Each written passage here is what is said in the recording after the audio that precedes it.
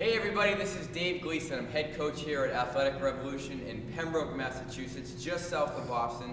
Today I want to talk to you briefly about hip turns, and more importantly, how we break those down here using the whole part method of coaching for our athletes, okay? So that they really get a grasp for what we're looking for as a whole, but then how we can break down this skill into its smallest parts, break it down as small as we have to really, and then build it back up so it looks the way that we want it to. So we have maximal skill acquisition for this movement. So important, especially in a situation where there needs to be a retreat or staying with a player or an opponent that's maybe faked you out one side, maybe twice, and then going the other way.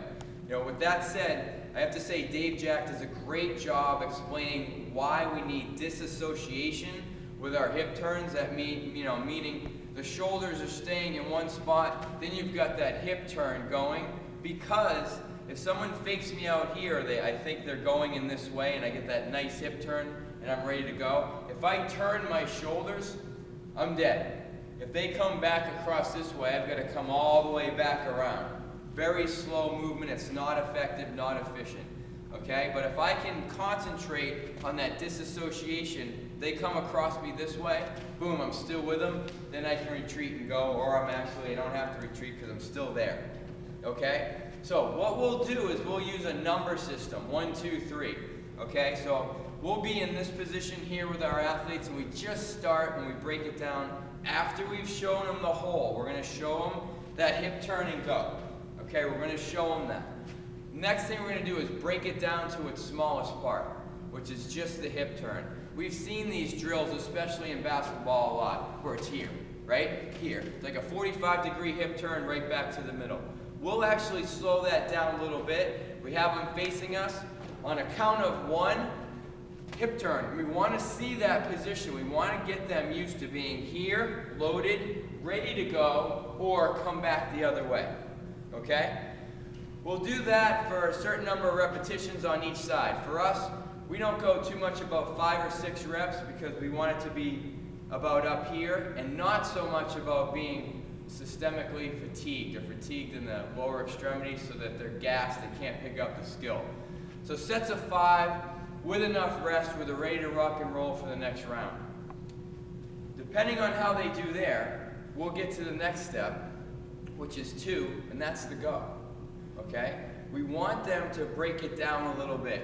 So they're going to be here, shoulders are square. It's 1, when they hear 2, boom, we go. Why?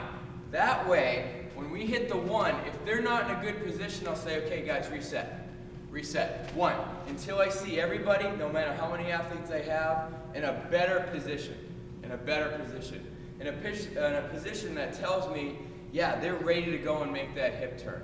Okay? So then it's 1, if I see they're ready to go, 2, boom.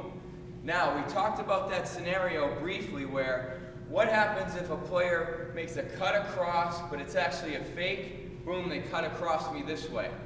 Okay? So then we'll go to 3. We have 1, 2, 3. We layer it that way.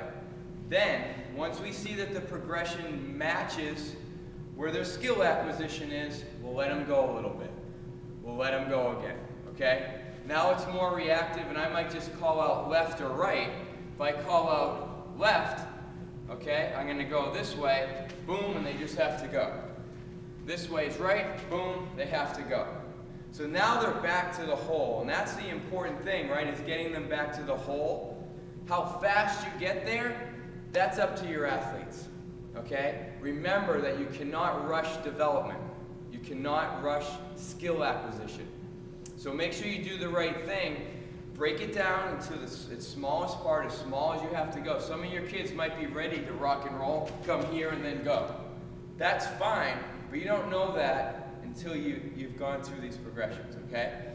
A progression could look like you get through most of it in one day. It could be 6 weeks, it could be a month, I don't know. Again, it's what you observe, and that's the art of coaching. Taking stuff like this and applying it in the correct way to all of your athletes. So, just a little bit on the hip turn today, how we teach it here. It's worked extremely, extremely well.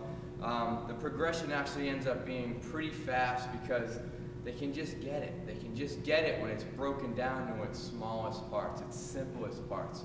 We can load it back up and then let them go and have fun. So hopefully this helps you. We're going to be coming back with a lot more videos, so stay tuned. Keep checking in with the iyca.org and iycamembers.com website. Hope to see you very, very soon. Thanks so much.